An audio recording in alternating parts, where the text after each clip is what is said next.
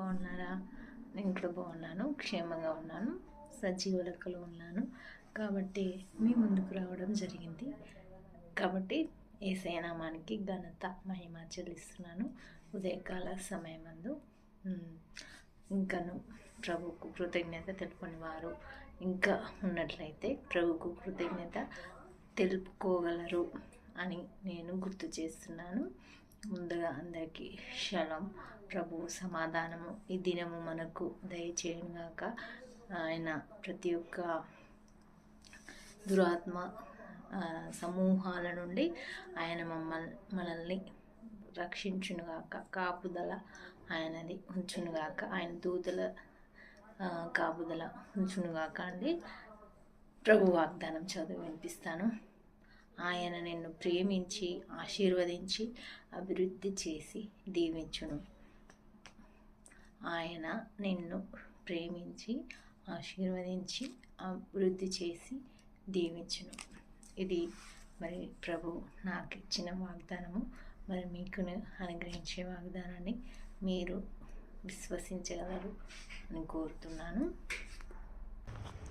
ఈరోజు birthday celebrations చేసుకుంటున్న బిడ్డలందరికీ, యానివర్సరీ చేసుకుంటున్న బిడ్డలందరికీ కూడా మనం బ్లెస్సింగ్స్ దయచేద్దాము.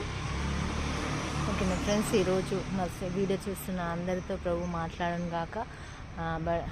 అందరికీ దీవెనలు మీ నుండి దయచేయండి, అందించండి.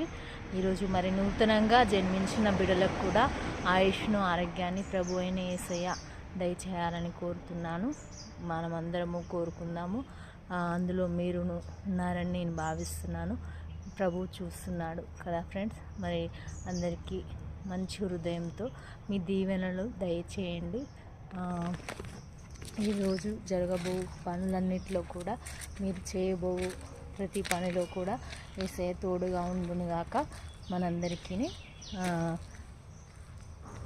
ఈ దినమంతా ఆయన కాపుదలను ఉంచునుగాక. ప్రభువుని నిందించే వాళ్ళు క్రైస్తవులే చాలామంది ఉన్నారు కదా ఫ్రెండ్స్. ప్రభువుని నాకు అది చేయలేదు అంటే మరణించడం ద్వారా, మన ఫ్యామిలీ మెంబర్స్ మరణించడం ద్వారా, మనకు ఏమంటారు,